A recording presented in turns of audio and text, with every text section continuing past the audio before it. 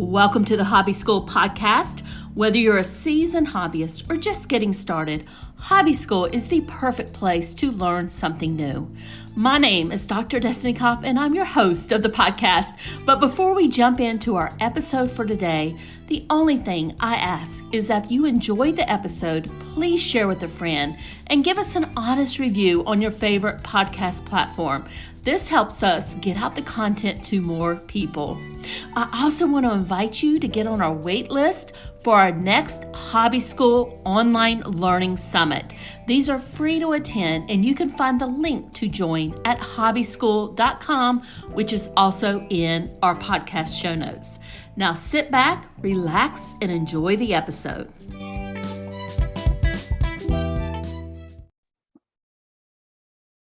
And today, my special guest is Heather Boyd, and we're going to be talking about building a community one wire at a time. And Heather, thank you so much for joining me. I am super excited to chat with you all about wire art. Now, before we get started and all the questions that I have for you, can you tell the audience a little bit more about you and how you got started in this fascinating hobby? Yes, well, thank you so much for having me on the podcast. I'm very happy to connect with your listeners and your viewers. And yeah, I started in wire art almost accidentally. I actually studied fine art and consumer studies at university, and I was into graphic art. But I was living in Toronto, which is a very big city in Canada, and didn't like the lifestyle. Cost of living was very high. So I just quit my job and moved to Montreal and started selling handmade items on the street. I was making hand painted buttons and things. And then I just happened to meet the man that would become my husband, and he was making wire bicycles on the street. And that's when I picked up the wire and I just went with it. That was 33 years ago. So wire bicycles, so is it like, and I don't know anything about this, so you'll have to excuse me. No Is problem. that like stuff that you would build and like put on a shelf as decoration? Yes. Or what? Okay. Absolutely. So he was making little 4-inch size bicycles and selling them on the street to tourists in Montreal. Oh, I love that. I love that. Yeah. So you also got into jewelry making, I think you Yes. mentioned. So tell us a little bit about that. Yeah, so I was at the time making these hand-painted buttons, but just before I met my husband, I was experimenting with different materials. I'd go to the hardware store and pick up wire and very fundamental tools, and I would take old crystal necklaces and take them apart and make new things with them. And so I was just starting to figure out jewelry making by myself. And then when I discovered the wire, I just went with that and I started creating more realistic things like not so many bicycles, but I would make little kitty cats out of wire and musical notes, and anything that people would ask me for, I would just make them out of wire. So tell us a little bit more about wire art. For those of us like myself who don't know but very much about it, tell us a little bit about what it is, what kind of supplies do you need, and just, how do you find your creativity to come up with all these new things? Well, wire art is, it's been around for a very long time. The iconic artist that had a lot of influence on other wire artists is Alexander Calder. And he did these massive mobiles made out of wire and metal that are currently now in museums across the world. And a lot of people don't know he actually made jewelry as well. And so I had a book about his jewelry, and they had a retrospective of his work at the Montreal Museum. And so that was sort of my first exposure to wire art was discovering his work. But so many people do wire art now, and there's so many different styles. When I started, not many people were doing it. You couldn't buy the materials you needed. It was very hard to get wire. And now you could buy all kinds of templates and kits and things to make wire art. There people do anything from very simple, basic wrapping to very intricate wire weaving. There's so many different kinds of wire art now.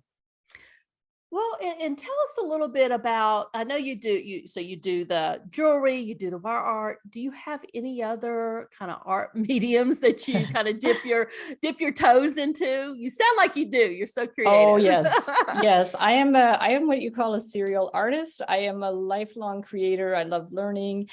So I love to paint. I actually teach watercolor painting. I was teaching last night at a local gallery.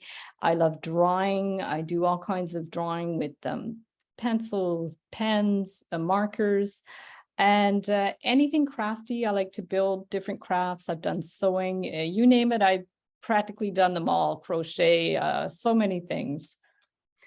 And you also have a wire makers club on Facebook. Tell us a little bit about that, and how do you kind of help the folks in that club with creating wire art?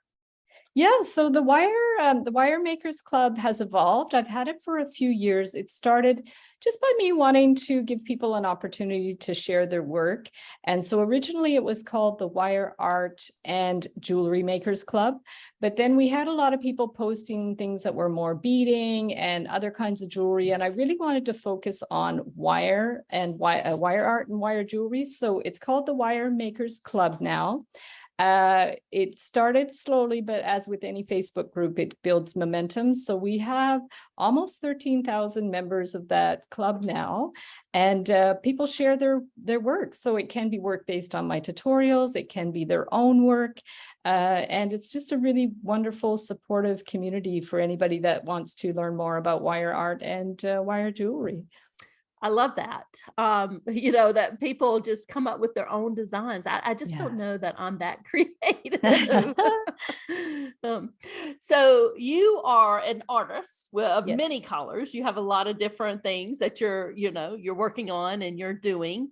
Tell us a little bit about kind of what do you come up with next? Like when let's just say you just want to try something new. What would you Yeah. do to explore that new hobby, I Yeah. should say? Well, I often take advantage of things when something new comes up and I might want to try it.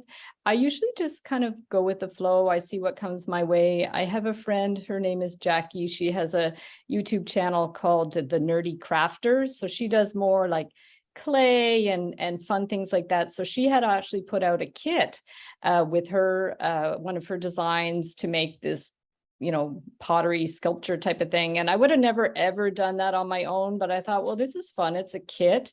It's someone I know. It's fun. So that's sort of one example of something that just kind of came my way, that I'm trying something new. But yeah, I'm just very open, I especially love to support fellow artisans as well. And I have another friend that has a crochet channel.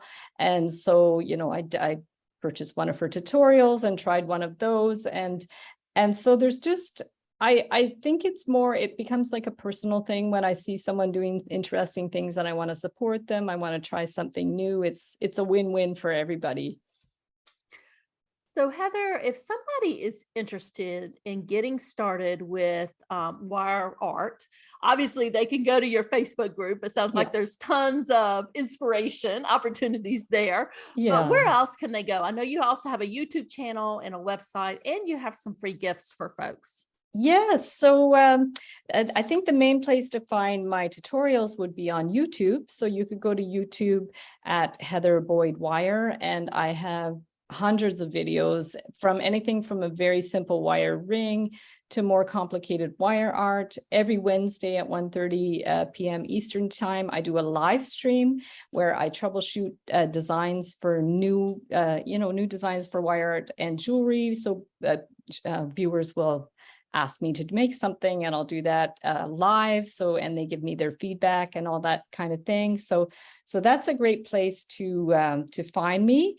And then today I would like to offer to your listeners, I have a couple of things. One is my Wire Art Essentials ebook, which will give you all the materials and tools you need to get started in wire art, with a few templates and links to some tutorials. And then also my ebook for the 10-day tree challenge, which was really fun. I do a lot of 10-day challenges on my channel where we have 10 days of based on a theme. It could be wire bracelets, wire rings, and we have one coming up actually in December. It'll be a 10-day charm making bracelet. So people can make their own charm bracelet with custom charms to go on the bracelets. So if you subscribe to my channel and hit the notification bell, you will get all the information about all that. Oh, that sounds like so much fun, doing that just in time for Christmas. You can make one and give it away to somebody for Christmas. Exactly. Well, we will make sure those links are in the show notes, and also how to join your Facebook group community there. And Heather, thank you so much for joining us. I loved learning a little bit more about wire art. You definitely have inspired me to go explore it a little bit more. So thank you so much. My absolute pleasure. Thank you so much for having me.